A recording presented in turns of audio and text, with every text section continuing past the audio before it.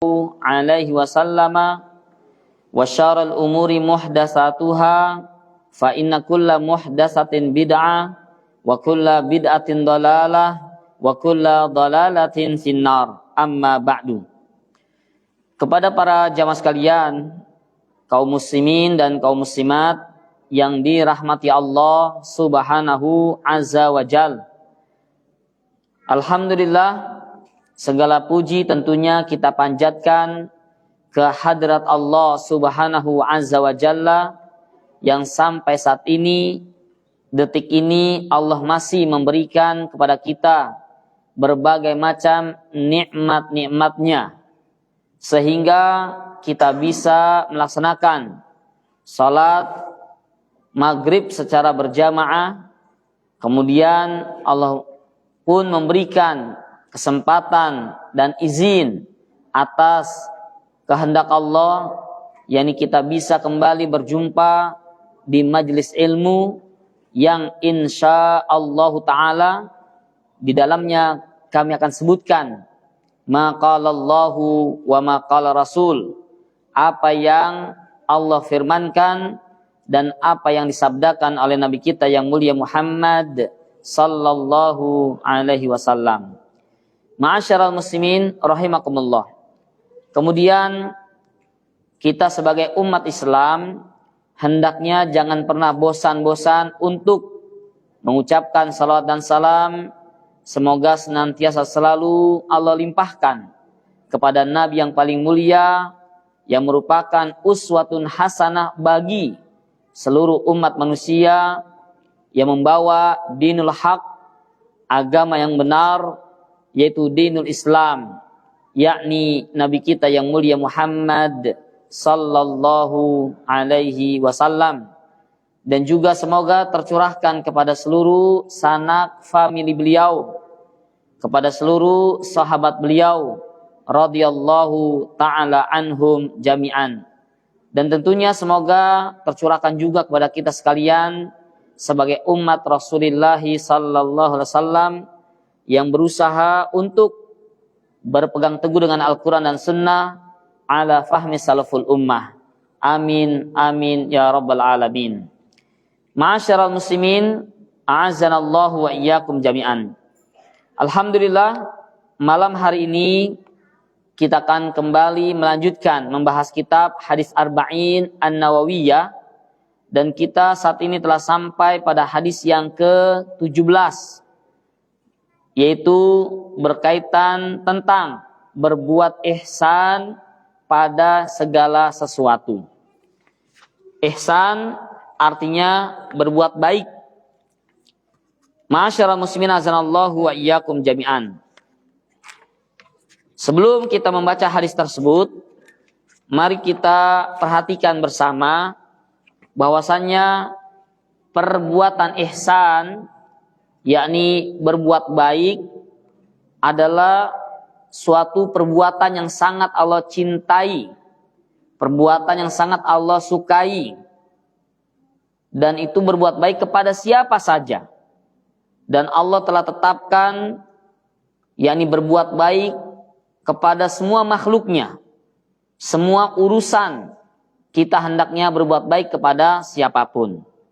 Sehingga Allah berfirman dalam surat Al-Baqarah ayat 195, A'udzu billahi minasyaitonir rajim, wa ahsinu innallaha yuhibbul muhsinin. Allah perintahkan wa ahsinu, dan hendaknya kalian berbuat baiklah. Kita semuanya diperintahkan untuk berbuat ihsan, berbuat baik. Ini perintah dari Allah, wa ahsinu, dan hendaknya kalian berbuat baiklah. Mengapa? Innallaha yuhibbul muhsinin. Disebabkan karena Allah mencintai, menyukai orang-orang muhsinin yang senantiasa selalu berbuat kebaikan. Ma'asyiral muslimin azanallahu wa iyyakum jami'an. Demikian pula dalam ayat yang lain, ayat yang sering kita dengar mungkin ketika khatib Jumat, yakni membacakan sebelum Salat Jumat ditegakkan, khatib suka membawakan surat An-Nahl ayat 90. A'udzubillahi minasyaitonirrajim. Innallaha ya'murukum bil adli wal ihsan wa ita'idzil qurba wa yanha 'anil fahsya'i wal munkar wal baghi ya'izukum la'allakum tadzakkarun. Ya, ini adalah ayat untuk memberikan peringatan kepada jamaah semuanya. Innallaha ya'muru, sesungguhnya Allah telah memerintahkan kepada kalian semuanya bil adli, untuk berbuat adil, wal ihsan, dan berbuat baik, wa ita'idzil qurba, dan hendaknya kalian yakni membantu saudara-saudara kerabat dekat, wa yanha 'anil fahsya, dan hendaknya kalian yakni melarang orang-orang berbuat fahsya, berbuat keji, wal munkar, dan juga kejahatan, wal baghi, dan juga melarang orang untuk melakukan yakni al-bughat, yakni permusuhan. Allah sudah mewanti-wanti kepada kita agar kita berbuat adil kepada seluruh makhluknya dan berbuat baik dalam segala perkara. Di antaranya hendaknya kita berbuat baik dengan cara apa? Membantu kerabat dekat kita, saudara kita, adik, kakak, om, tante, encang, encing, semua yakni bantu mereka. Wa yanha 'anil fahsya'i wal munkar wal baghi, dan hendaknya kalian yakni mencegah orang untuk melakukan perbuatan keji, perbuatan mungkar, dan juga perbuatan permusuhan. Ya'izukum la'allakum tadzakkarun, dan dialah Allah telah memberikan peringatan, memberikan wejangan, nasihat kepada kalian semuanya. La'allakum tadzakkarun, yakni semata-mata agar kalian dapat mengambil pelajaran. Ma'asyiral muslimin azanallahu wa iyyakum jami'an. Dalam dua ayat ini, yakni yang pertama dalam surat Al-Baqarah 195 dan surat An-Nahl ayat 90, ada kata-kata wa ahsinu, dan berbuat baiklah. Ini perintah. Kemudian Allah tegaskan innallaha ya'murukum, Allah perintahkan kepada kalian bil adli wal ihsan, untuk melakukan perbuatan adil dan berlakulah ihsan, berbuat baiklah. Ini ayat perintah agar kita berbuat kebajikan, berbuat ihsan. Adapun hadis yang kita akan baca, yakni hadis Arba'in An-Nawawi, hadis yang ke-17, hadis ini pun berbicara tentang berbuat ihsan pada segala sesuatu. Bukan hanya kepada manusia, tetapi kepada sesuatu apapun itu. Apakah binatang, apakah hewan, hatta kepada musuh kita orang-orang kafirin, Islam pun mengajarkan untuk kita berbuat kebaikan. Nanti kita akan bahas contohnya seperti apa. Ikhwani wa akhwati yang dimuliakan Allah Subhanahu wa ta'ala, mari kita akan baca hadis yang ke-17. Bismillahirrahmanirrahim. An Abi Ya'la Shaddad bin Ausin radhiyallahu ta'ala anhu. Dari Abu Ya'la yang bernama Shaddad bin Aus, semoga Allah meridhoinya.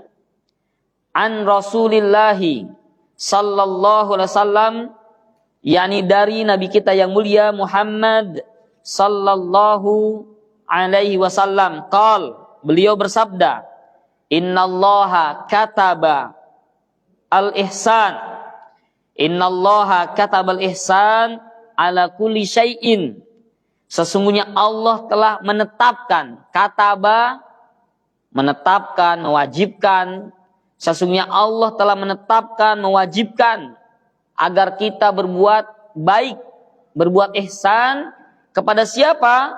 ala kulli syai'in, kepada semua sesuatu, kepada segala sesuatu yang berinteraksi dengan kita. Ya, bukan hanya kepada manusia, hatta kepada binatang pun kita harus berbuat kebajikan. Di antaranya Rasulullah memberikan contoh, fa idza qataltum fa ahsinul qitlah.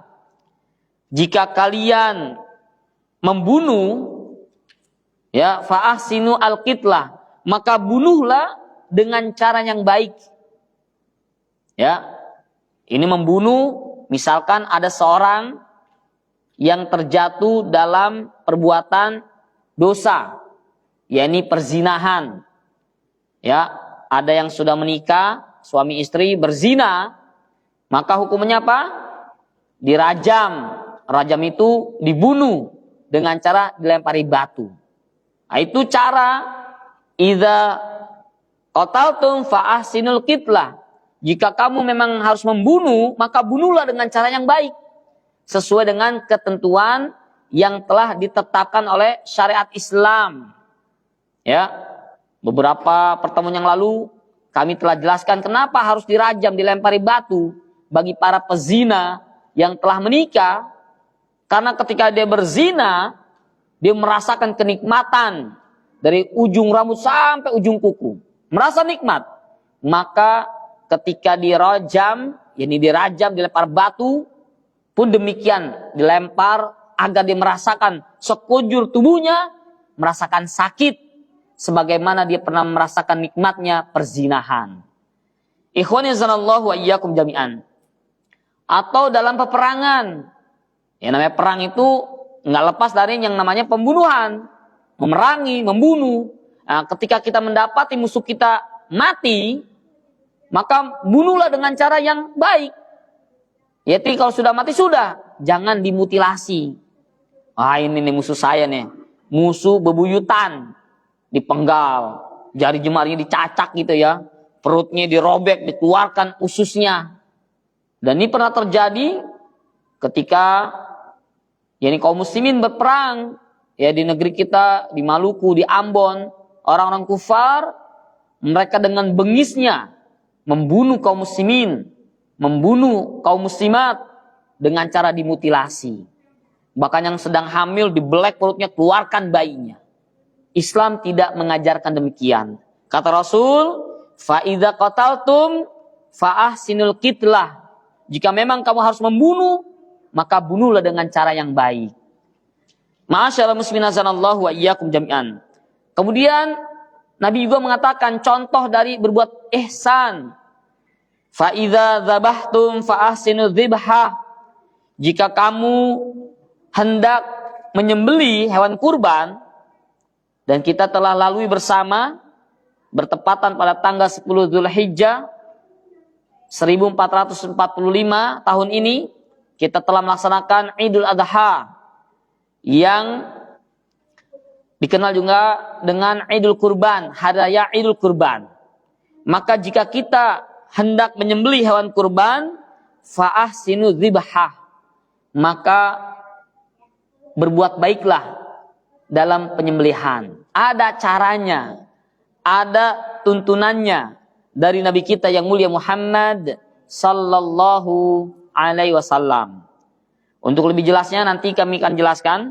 Kemudian Nabi juga melanjutkan di antara contoh berbuat baik dalam menyembelih, wal yuhidda ahadukum syafratahu.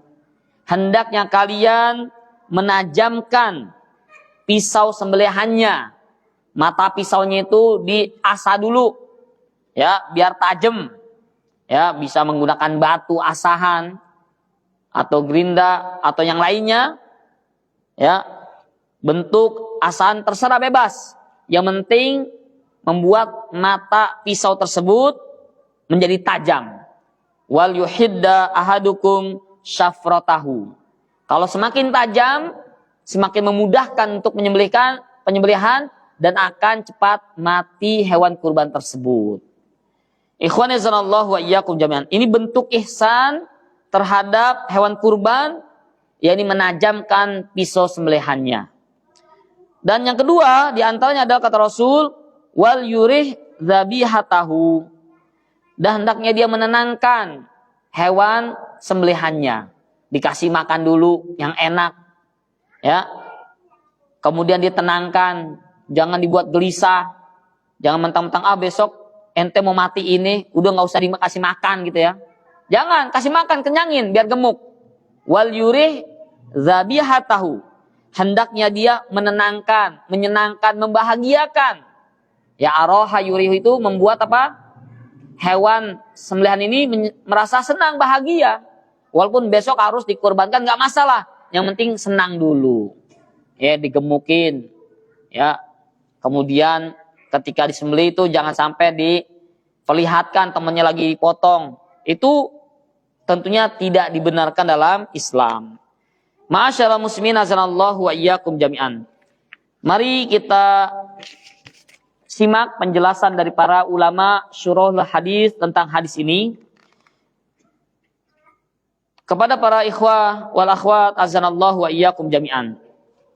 Setelah kami membacakan ada 2 ayat di dalam Al-Qur'an, yakni dalam surat Al-Baqarah ayat 195 dan juga surat An-Nahl ayat 90 yang memerintahkan untuk berbuat baik kepada segala sesuatu. Dan juga hadis yang tadi kami telah bacakan, ini semuanya ada dalil yang sangat lugas, yang sangat gamblang menjelaskan tentang kewajiban agar kita berbuat ihsan dalam semua urusan. Ya, ala kulli syai'in, atas segala urusan apa saja. Baik berbuat ihsan ketika dalam pekerjaan atau dalam beramal. Walaupun tentunya kadarnya ini yang diwajibkan satu dengan yang lain itu berbeda-beda sesuai dengan urusan atau amalan masing-masing. Masyaallah muslimin azanallahu wa iyyakum jami'an. Termasuk yakni berbuat ihsan bukan hanya dalam hal melakukan amalan soleh, tetapi juga berbuat ihsan ketika kita berhadapan dengan hal-hal yang Allah haramkan. Yaitu dengan cara apa? Kita harus meninggalkannya lahir maupun batin. Ya, tidak mengerjakannya secara terang-terangan maupun sembunyi-sembunyi. Ada di antara kita yang mungkin ketika di tempat keramaian ada teman, ya, itu nggak berani maksiat, nggak berani berbuat kejahatan. Ya, tetapi ketika dalam kesendirian, dalam keadaan sembunyi-sembunyi, di dalam kamar, dengan asyiknya, main Facebook, buka YouTube, atau yang lainnya, dia berselancar di dunia maya. Membuka video-video ataupun tontonan yang mengandung keharaman, yang mengumbar aurat. Nah, ini dia ketika di sini nggak berani nih. Tapi ketika sendirian di kamar, wah, dia merasa bebas. Allah katakan wadzaru zahiral ismi wa batinah. Hendaknya kalian tinggalkanlah perbuatan dosa zahiran, baik dalam keadaan nampak terlihat oleh manusia, wa batinah, atau kamu dalam keadaan apa? Sendirian. Jangan dikira Allah nggak lihat, Allah lihat. Bahkan bisa saja Allah tampakkan walaupun kamu dalam keadaan apa? yakni sendirian. Ikhwan yazallahu wa iyyakum jami'an, maka diperhatikan berbuat ihsan, melakukan kebaikan. Bisa juga ihsan itu meninggalkan sesuatu yang Allah haramkan. Dalam meninggalkan yang haram, bukan hanya di tempat keramaian, lagi rame-rame, banyak orang, enggak. Termasuk dalam ketika kita sendirian. Nah, ini ujian yang berat ini ketika ujiannya Pak, kita melakukan maksiat sendirian ini. Karena tidak ada yang melarang, mencegah. Ya. Tapi kalau rame-rame, banyak orang, malu dia. Ikhwan yazanallahu wa iyyakum jami'an. Kemudian kami akan sebutkan di antara berbuat ihsan, yaitu dalam bergaul contohnya. Dengan sesama makhluk. Karena kita makhluk hidup dan makhluk yang sosial, yang saling membutuhkan satu dengan yang lainnya, maka kita wajib menunaikan yakni hak-hak mereka, ya, hak-hak makhluk yang Allah ciptakan. Di antaranya adalah tentunya yakni hak agar kita berbuat ihsan kepada makhluk Allah. Yang paling utama adalah hendaknya kita berbuat ihsan kepada kedua orang tua kita. Berbuat baik kepada kedua orang tua kita. Ini harga mati, Pak. Ya. Jangan sampai kita kalah dengan anak dan istri. Dengan cara apa? Mengabaikan permohonan, permintaan orang tua. Maaf belum bisa bantu, Bu, Pak. Ini juga anak istri pengen jalan-jalan, gitu, lagi liburan. Mak bapaknya diabaikan. Demi apa? Kesenangan anak dan istri. Nah, ini tentunya tidak dibenarkan.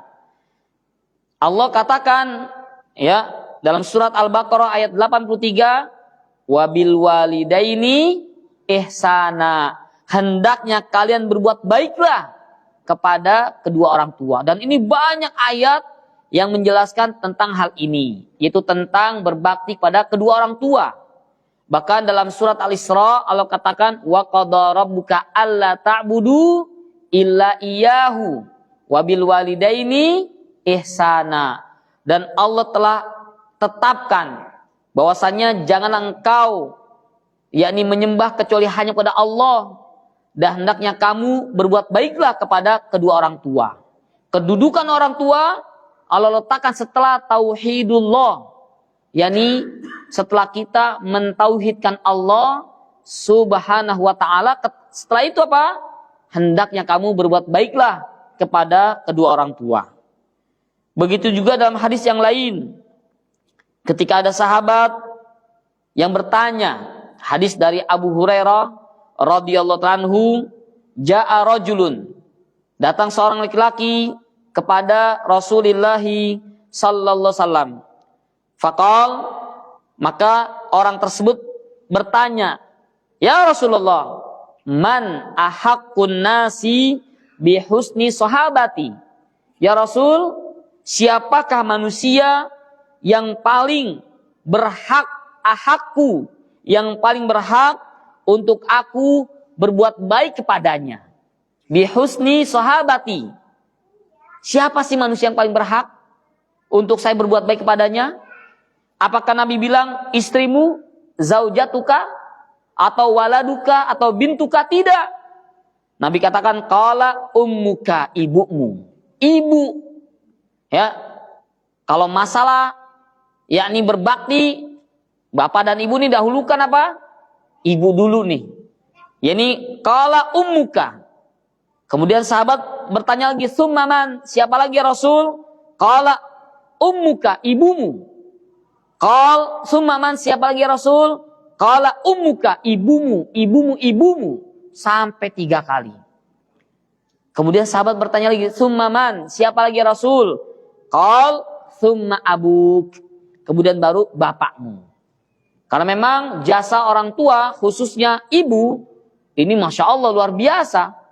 Ya, yang kita pernah bersemayam di dalam rahimnya 9 bulan 10 hari. Itu bukan perkara yang mudah. Ya, beratnya berapa biasanya? 2,5 kilo atau 3 kilo gitu Pak ya. Ada yang 4 kilo. Coba Bapak kalau pengen tahu, ngetes. Itu kan ada tabung 3 kilo Pak ya. Tempel ini perut itu. Di bawah selama 9 bulan. Gimana rasanya? Nggak bisa, sulit. Orang tua kita, ibu kita. Ya ada yang anak itu kalau apalagi kalau kembar. Ya subhanallah. Ya 9 bulan. Mau BAB dibawa. Mau makan barengan. Wah semuanya itu berat. Belum lagi ketika apa? Melahirkan. Itu taruhannya nyawa. Ya, taruhannya apa? Nyawa. Bahkan jeritan yang dilakukan seorang ibu itu belum bisa terbayarkan oleh anak. Jika dia punya harta, seluruhnya diserahkan untuk orang tuanya. Tidak terbayarkan. Sampai kalau orang tua kita lumpuh, kemudian kita gendong, tawaf, mengelilingi Ka'bah, kemudian sa'i, belum terbayarkan juga. Kecuali kata Rasul, kalau ibumu menjadi tawanan, budak, kemudian ditebus oleh kamu, baru itu setara dengan satu teriakan orang tua ibu ketika melahirkan. Ikhwani zanallahu wa iyyakum jami'an. Setelah melahirkan, nggak cukup sampai di situ, nggak dibuang kita, ya, tapi apa? Disusui, ya, disayang, rela tidak tidur begadang malam demi apa? Anak. Bapak mana pengen tahu Pak ya? Anak nangis, anak lu tuh nangis gitu. Anaknya nangis. Tapi kalau anak udah ganteng, udah cakep, anak ayah, anak bapak gitu ya. Kalau kumel, jelek, ingusan, ini anaknya nih belum mandi nih gitu anaknya. Subhanallah. Ya. Gimana Pak? Siapa yang anaknya? Ini kita harus berbakti sama orang tua, ibu. Ya, ibu, bapak juga nggak kalah tentunya. Ya kita juga nanam saham Pak ya. Jangan dilupakan, kita punya hak juga. Ya, kalau dalam pepatah orang Arab itu al-ummu madrasatul ula. Ibu itu adalah yakni madrasatul ula, tempat sekolah pertama kali untuk anak. Tetapi wal abu mudiruha. Tetapi bapaklah sebagai direkturnya, yang ngatur kita gitu. Ikhwan yazanallahu wa iyyakum jami'an. Maka kita harus berbuat ihsan, berbuat baik kepada manusia, khususnya ini kepada kedua orang tua kita. Sampai-sampai Al-Imam Hasan Al-Basri, seorang ulama karismatik, ahli sunnati wal jamaah, beliau pernah ditanya, makna birrul walidain. Apa sih yang dimaksud dengan birrul walidain? Berbakti kepada kedua orang tua. Maka beliau mengatakan, birrul walidain yang dikatakan berbakti kepada kedua orang tua adalah ketika engkau memberikan keduanya apa yang kau punya. Sudah belum Pak? Berbakti birrul walidain maknanya adalah kata Syekh Al-Imam Hasan Al-Basri, semoga Allah merahmatinya, yakni apa? Ketika engkau memberi kedua orang tuamu ini apa yang kau punya. Dan saya pernah melakukan, ya, ketika bapak saya, Allahu yarham, Allahumma gfir lahu warhamhu wa'afi wa'fu anhu, ya, saya baru beli rompi di Poncol, Senen. Rompi second Pak, bukan baru ya. Banyak pasar inang-inang di sana, murah, meriah tapi masih bagus. Bapak saya nunjuk, nih, rompi bagus nih. Saya buka, buat bapak. Cuma nunjuk doang, udah. Seneng buat dagang koran bapak saya lagi tuh, banyak kantongnya gitu Pak ya. Terus nggak lama saya pakai jam tangan. Ya, bapak saya nunjuk lagi. Jam tangan cakep nih. Bapak saya nggak minta, buka Pak buat bapak. Semenjak itu bapak saya nggak berani nunjuk lagi, takut dikasih kan ya. Ngomong sama ibu saya, Ardi, kita cuman nanya doang, rompi bagus, jam tangan bagus, dilepas dibuka. Kita nggak berani lagi nunjuk lagi, takut dikasih semuanya gitu. Subhanallah, orang tua nggak minta, nggak ada pikiran minta, cuma nunjuk. Kita sebagai anak, ya mungkin orang tua masa minta. Kamu dari kecil nggak pernah minta, bapak kasih, ya orang tua kasih. Mangsa orang tua harus ngemis minta kepada anaknya. Ya sampai bapak saya tadi, saya dapat laporan dari ibu saya, sampai nggak berani nunjuk lagi, khawatir mungkin kalau nunjuk handphone kasih juga nggak apa-apa Pak, beli lagi ntar kita gitu. Ikhwan yazanallahu wa iyyakum jami'an. Inilah makna birrul walidain, ketika engkau memberikan kepada kedua orang tuamu apa yang kau miliki. Jangan sampai dia minta kasih. Bahkan kata Syekh bin Baz, ya, rahimahullah rahmatan wasi'ah, dan saya cukup tercengang ini, beliau mengatakan termasuk uququl walidain, termasuk bentuk kedurhakaan kepada kedua orang tua adalah ketika Anda mengatakan, ibu, bapak, kalau butuh uang telepon saya. Itu termasuk bentuk kedurhakaan katanya. Subhanallah, saya kaget kok bisa. Ya kenapa harus ngemis? Tolong dong kirim ini, bapak nggak punya duit, mau bayar kontrakan, mau bayar token listrik udah bunyi. Jangan sampai dia mengemis, itu kedurhakaan. Kita sebagai anak, nih kasih bulanan, Ya, tanya. Nih, saya segini mampunya. Kalau memang mampu segitu. Ya. Jangan sampai orang tua meminta. Ya, ikhwani sanallahu wa iyyakum jami'an, maka berikanlah kecukupan. Pernah ada sahabat bertanya, ya Rasul, bapak saya ngambil uang saya, gimana nih? Katanya. Kata Nabi, maluka li abik. Seluruh hartamu itu milik bapakmu. Gitu. Jadi jangan harap nih handphone saya nggak punya orang tua. Ya, maluka li abik. Seluruh hartamu itu milik orang tua.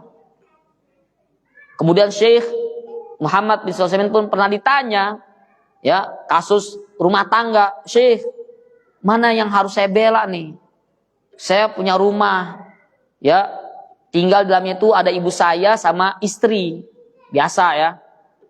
Mungkin orang tuanya pengen tinggal bersama anaknya, biasa mertua sama menantu itu cekcok, gitu ya. Kesini istri, kesini orang tua, ibu. Mana yang kira-kira saya harus bela ini? Ya, ini rumah saya, ibu saya numpang, di rumah saya ikut tinggal. Kata Syekh, afwan, karir su'alak. Ulang lagi pertanyaannya. Ya Syekh, saya punya rumah. Orang tua saya ikut numpang hidup sama saya. Cekcok. Ya, kira-kira mana yang harus saya bela? Kata Syekh, karir su'alak. Ulang lagi soalmu. Sampai 3 kali, ya Syekh, isma'li, dengerin dulu. Soal kamu itu salah. Saya punya rumah. Orang tua saya numpang. Itu salah. Hartamu adalah harta orang tua. Jadi kira-kira nih rumah punya siapa? Orang tua. Terus yang harus dibela siapa? Iya orang tua. Istri kamu tuh numpang yang ada gitu. Ya sih, fahim tuh. Ya saya paham katanya gitu. Ikhwan yazanallahu wa iyyakum jami'an. Nah ini jangan sampai kita durhaka sama orang tua. Kemudian juga ada seorang yakni tabi'in yang bernama Ali Zainal Abidin. Semoga Allah merahmatinya. Beliau pernah yakni ditanya oleh seorang, mengapa engkau tidak pernah makan sepiring dengan ibumu? Ya. Jadi ada sahabat Ali Zainal Abidin rahimahullah rahmatan wasi'ah, dia memperhatikan nih Ali Zainal Abidin enggak pernah makan satu piring berdua sama ibunya. Ya. Ketika ditanya kenapa kok kamu enggak seperti orang-orang makan satu nampan berdua gitu. Kata Ali Zainal Abidin, beliau mengatakan, aku takut jika tanganku menyentuh makanan yang sudah lebih dahulu dilirik oleh ibuku. Jika itu terjadi pada diriku, aku takut terjatuh dalam kedurhakaan. Ya, kita makan piring terus kita mau makan ya, ternyata sudah dilirik sama emak gitu ya. Terus kita ngambil, durhaka itu. Ikhwani sanallahu wa iyyakum jami'an. Apalagi itu punya orang tuanya, datang-datang, assalamualaikum. Nya, ada beras nggak? Gitu. Punya emaknya diambil gitu. Di rumah lagi kosong nih nggak ada beras gitu. Subhanallah. Ya orang tua nggak ada yang tega, pasti ngasih. Ya. Ma'asyiral muslimin azanallahu wa iyyakum jami'an. Maka berbuat baik kepada makhluk, terutama kepada kedua orang tua kita. Kemudian yang kedua, baru nih kepada anak dan istri. Setelah kedua orang tua, baru kepada siapa? Anak dan istri. Ya dengan cara memberikan hak-hak mereka yang Allah perintahkan kita untuk mempergauli mereka, yakni pasangan hidup kita dengan baik.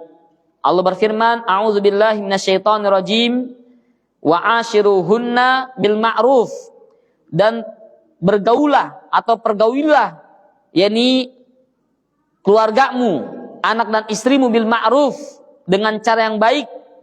Fa in karihtumuhunna, dan jika sekiranya ada sesuatu yang kamu tidak sukai, pasti ada Pak ya. Ya, secinta apapun suami kepada istri pasti ada yakni apa hal yang negatifnya. Nah, fa in karihtumuhunna, jika ada sesuatu yang kamu tidak suka, maka bersabarlah. Fa'asa an takrahu syai'an, boleh jadi sesuatu yang kau benci, ternyata apa? Wa yaj'alallahu fihi khairan katsira. Boleh jadi Allah jadikan sesuatu yang kau benci tadi ternyata banyak kebaikan di dalamnya. Emang istri kita cerewet, bawel minta ampun, gitu ya. Tapi itu ternyata ada kebaikan dengan cerewetnya seorang istri. Jadi apa? Terjaga anak-anak kita. Kalau diem aja masa bodoh, mau ngapain kita terserah. Ya, ternyata tiba-tiba anaknya celaka. Ya, tapi kalau misalkan orang tua bawel cerewet itu karena sayang. Jangan naik-naik, ntar jatuh. Itu main sepeda jangan kenceng-kenceng. Bawel banget sih. Ini itu diomongin lagi nih. Itu bawel itu apa? Kebaikan. Kita bisa jadi nggak suka. Ternyata Pak, kata Allah, wa yaj'alallahu fihi khairan katsira. Boleh jadi dengan sesuatu yang kamu benci, nggak suka nih, ternyata ada kebaikan yang sangat banyak di dalamnya. Ma'asyiral muslimin azanallahu wa iyyakum jami'an. Dalam hadis yang lain, yakni Rasulullah sallallahu alaihi wasallam bersabda, hadis dari yaitu Al-Imam At-Tirmidzi, dan hadis ini dinyatakan hasan sahih, artinya bisa kita amalkan. Kata Rasul, ala wastausu binisa'i khaira. Hendaknya kalian, ketahuilah, berbuat baiklah kalian kepada istri-istri kalian. Fa innama hunna awanun indakum. Karena istri kalian itu merupakan apa? Tawanan di sisi kalian. Ala innalakum ala nisaikum haqqa. Ketahuilah sungguhnya, yakni istri kalian itu, yaitu apa? Ada kewajiban untuk memenuhi hak kalian. Sebagaimana wali nisaikum alaikum haqqa. Sebagaimana istri pun memiliki hak atas diri kalian. Kemudian Nabi terangkan, fa amma haqqukum ala nisaikum. Dan di antara hak suami yang wajib ditunaikan oleh para istri adalah fala yuti'anna furushakum min man takrahuhunna. Jangan seorang istri itu memberikan izin kepada seorang pun untuk memasuki kamarnya, kamar pribadinya itu. Kalau kata suami, saya nggak suka nih kalau anak ini masuk kamar saya, walaupun itu saudara, keponakan, anak kecil. Kenapa? Kalau main di kamar kita berantakan, karena di sana mungkin ada benda-benda yang berharga, mungkin ada dokumen yang rahasia. Kalau anak kecil kan nggak tahu ini berharga atau tidak, dokumen rahasia penting atau dia nggak ngerti, dijadiin mainan. Kalau itu wasiat suami, saya nggak suka siapapun masuk kamar saya kecuali dengan izin saya. Itu hak suami yang harus ditunaikan oleh istri. Wala ya'zanna fi buyutikum liman takrahuna. Dan janganlah dia mengizinkan siapapun untuk masuk ke dalam rumah kecuali dengan izin dari suami. Ya, misalkan tetangga nih, saya nggak suka tuh ya, kamu masukin tetangga kita nih sebelah nih, saya nggak izinin. Kan dia perempuan, Mas. Iya, karena kalau kemari bawa dagangan mulu, ya nawarin kreditan mulu gitu, pusing saya bayarin gitu ya.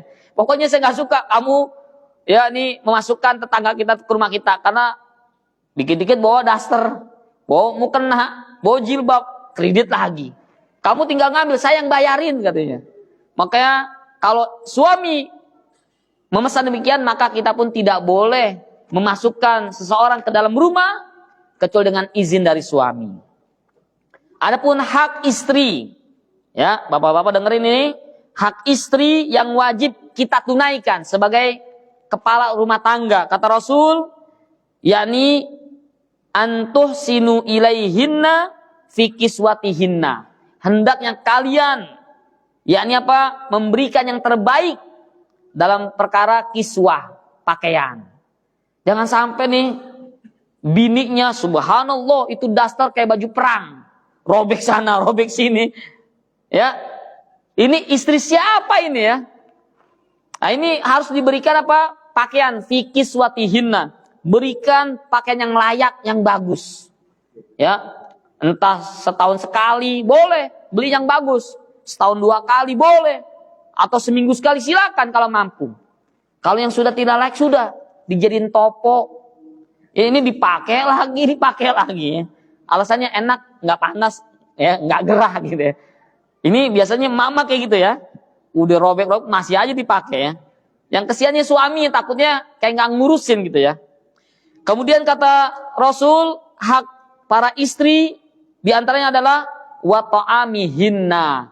Hendaknya para suami memberikan yang terbaik Selain pakaian apa itu? To'am, makanan, kasih makan. Ya kasih makannya tempe mulu gitu ya. Paling banter, paling tinggi sate. Sayur terong gitu ya, bukan sate beneran ya. Sayur terong, aduh pusing bala ya. Ma'asyiral muslimin azarallahu wa iyyakum jami'an. Kemudian di antara hak atau kita berbuat baik kepada anak dan istri, berikan mereka pendidikan agama.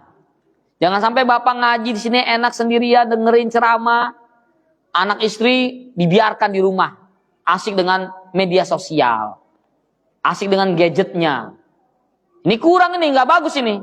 Hak istri dan anak mereka mendapatkan pendidikan agama dari sang suami. Kalau bapak merasa belum bisa ngajarin, ajak ke pengajian, majlis taklim. Karena yang akan ditanya itu bapak. Ya ayyuhalladzina amanu qu anfusakum wa ahlikum naro. Hei orang yang beriman, jagalah dirimu dan keluargamu, anak dan istri dari apa? Azab api neraka jahanam. Bapak baik, bapak soleh, rajin sholat. Ternyata istrinya nggak pakai jilbab keluar, anaknya narkoboy gitu pak ya, narkoba. Bapak kena ini. Di akhirat kena itu, akan ditanya, kenapa kok kamu asik-asikan ngaji, sementara istri kamu keluar nggak pakai jilbab, anak kamu bergaul dengan pergaulan yang tidak baik, kita akan terkena itu semuanya. Makanya berat, ya. Maka ikhwani zanallahu wa iyyakum jami'an, berikan pendidikan agama yang baik untuk anak dan istri. Nah, di antaranya juga nggak boleh membanding-bandingkan antara satu anak dengan anak yang lain. Nih anak ayah nih, soleh nih, baik ini. Kamu apaan gitu ya? Nggak boleh itu, jangan. Nanti dia, ini kata Syekh Muhammad bin Salsemin dalam kitabnya, itu apa? Hukukun da'at ilaiha al-fitratu wa qararta asyari'atu. Di antara empat, tidak boleh membanding-bandingkan anak satu dengan yang lainnya. Membuat apa? Yang soleh semakin GR, semakin ujub. Yang nggak soleh semakin benci kepada orang tuanya. Bahkan adanya apa? Gef. Adanya pertentangan. Tayyib ikhwani zanallahu wa iyyakum jami'an. Mungkin itu dulu yang bisa disampaikan. yakni berbuat baik kepada makhluk, terutama kepada kedua orang tua dan kepada anak dan istri. Insya Allah ta'ala, lanjut atau azan itu sudah benar ya? Jamnya udah nggak ngaco ya? Udah normal Pak ya? Udah baik nih, udah ihsan berarti ya. Ya semoga apa yang sampaikan bermanfaat. Nanti kita lanjutkan ba'da salatil isya insya Allah ta'ala. Wabillahi taufiq wal hidayah. Wassalamualaikum warahmatullahi wabarakatuh.